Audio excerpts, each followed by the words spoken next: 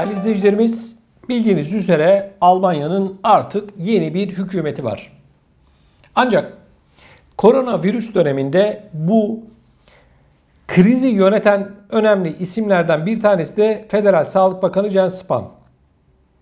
Bu Sağlık Bakanı şöyle bir açıklama yaptı. Gider ayak. Diyor ki, aynen şöyle. Yıl sonuna kadar herkes ya aşılanacak, ya iyileşecek ya da ölecek. Tekrar ediyorum. Yıl sonuna kadar herkes ya aşılanacak, ya iyileşecek ya da ölecek. Arkadaşlar, böyle bir açıklama bir bakanın ne kadar acziyet içerisinde olduğunu, ne kadar beceriksiz olduğunu, bu krizi ne kadar kötü yönettiğinin bir göstergesi. Burada halkını tehdit eden bir bakandan bahsediyoruz arkadaşlar. Ya olacaksın ya öleceksin. Böyle bir rezalet bana göre Almanya'ya yakışmıyor. Böyle bir adam da yakışmıyor. Kıymetli izleyicilerimiz, biz bu ekrandan defalarca anlattık. Dedik ki Almanya'daki ve Avrupa'nın pek çok ülkesindeki koronavirüs krizi yanlış yönetiliyor. Şu anda Almanya'da yaklaşık 25 milyon kişi eğer aşı olmadıysa ülke nüfusunun 1/4'ünden daha çok kişi eğer aşı olmadıysa bu siyasetçilere, işte bu arkamda gördüğünüz Sağlık Bakanı'na güvenmiyor demektir. Merkel bu konuda sınıfta kaldı. Şimdi bakın kıymetli izleyicilerimiz, bir bakanın çıkıp ya olacaksın ya öleceksin diye açıklama yapması şu anki vaka sayılarının neden arttığının göstergesi. Şu an hastaneler dolmaya devam ediyor. Bu hastanelerin neden dolduğunun da bir göstergesi. Hiç kimse kusura bakmasın. Neticeye baktığımız zaman bugün vaka sayıları 100 binlere gidiyorsa, hayatını kaybeden insanların sayıları günlük 500'lere yaklaşmışsa, bu bakan ve saz arkadaşlarının başarısından söz edemeyiz. Burada halkını tehdit eden bir bakan var. Niye tehdit biliyor musunuz? Kendileri çıkıp demediler mi bu sıvıları vurdurmak zorunlu değil diye. İsteyen olur, isteyen olmaz. Peki bu açıklama neyin nesi? Bakın, halkı suçlayan bir diğer açıklama da Merkel'in kocasından geldi. Bakın, Merkel'in kocası ne diyor? Almanya'daki 25 milyon aşılanmayan insanlara hitaben şunu söylüyor. Diyor ki, Almanya'da koronavirüse karşı aşılanma oranlarının düşük olmasından Almanların tembelliğini ve kayıtsızlığını sorumlu tutuyorum diyor. Sauer, yani Merkel'in eşi, gençlere de bilimle daha fazla ilgilenme çağrısında bulunuyor. Bu tamam, bunda bir şey yok. Bakın, devam ediyor. Nüfusun 1/3'ünün bilimsel kanıtlara uymuyor olması afallatıcı. Bu durum kısmen Almanların tembelliğinden ve kayıtsızlığından kaynaklanıyor. Bir diğer grup da aşı diktatörlüğü zannettikleri şeye ideolojik olarak tepki gösterenler diyor. Yine Merkel'in kocası şunu söylüyor. En kısa zamanda herkesin bu sıvıları vurdurması gerektiğini, kendi sağlıkları için çok çok önemli olduğunu ifade ediyor.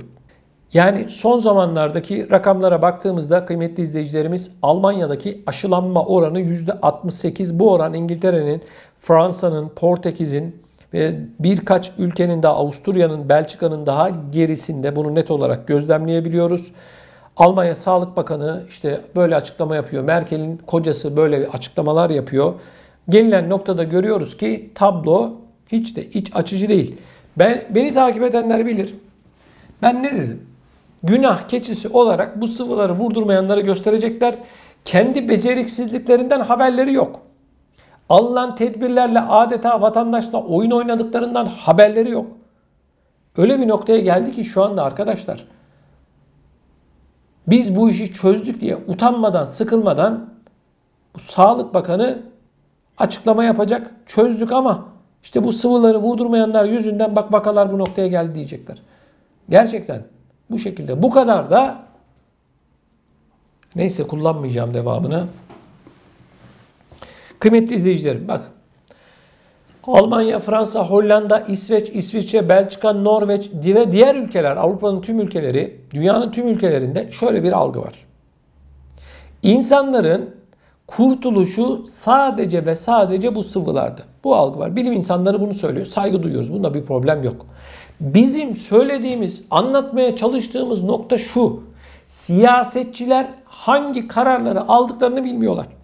Bu işin uzun vadede planlamasını yapamıyorlar. Anlatıyoruz. Bak şu anda Almanya'da vaka sayıları çok ciddi anlamda artıyor. Hastaneler pek çok bölgede dolmaya devam ediyor. Hasta nakilleri var arkadaşlar. Başka noktalar mesela Brandenburg'da. Hastalar pek çok hastanede olduğu için başka eyaletlere gönderiliyor. Şimdi böyle bir tablo ortadayken kalkıp bu siyasetçilerin başarılı olduğundan, krizi doğru düzgün bir şekilde yönettiklerinden bahsedebilir miyiz? Ama kendileri öyle görüyorlar. Suçu yine bu sıvıları vurdurmayanların üzerine attılar, kenara çekildiler şimdi.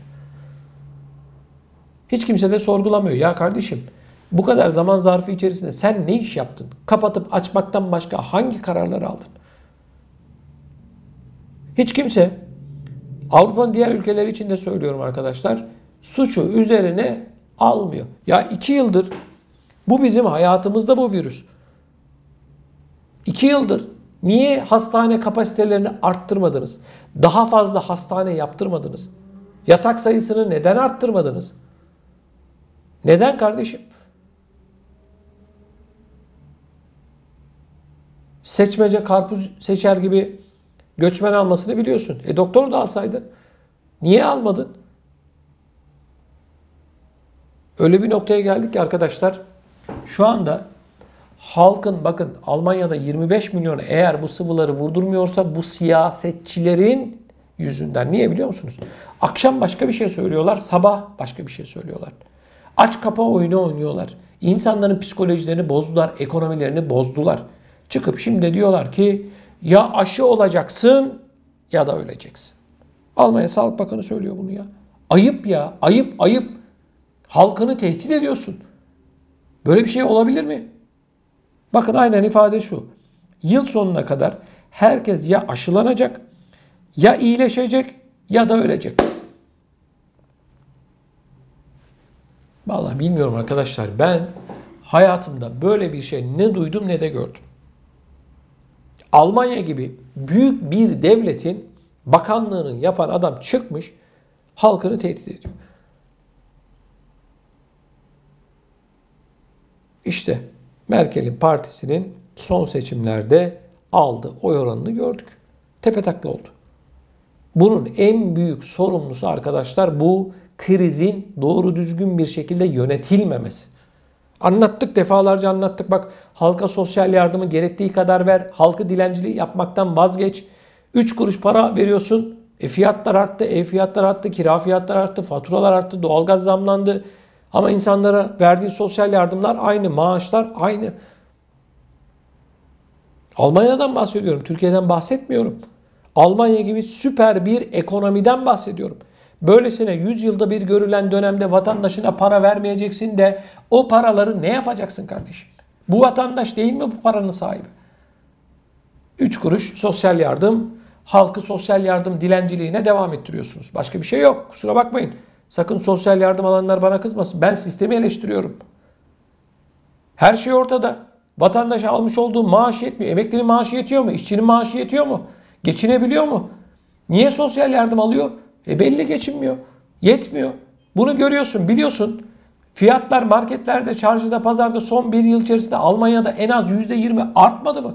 Niye o zaman sosyal yardımları arttırmıyorsun? Enflasyon geçen ay %4,5 çıktı. Bu resmi rakam. Arkadaşlar işlerine gelene tamam diyorlar, diğerlerine de hayır deyip elinin tersiyle itiyorlar. Benim gördüğüm, anladığım bu. Kıymetli izleyicilerimiz bu konuyla ilgili siz ne düşünüyorsunuz? Lütfen videonun altında bulunan yorum bölümüne yazarak bizlere iletin. Nereye gidiyoruz?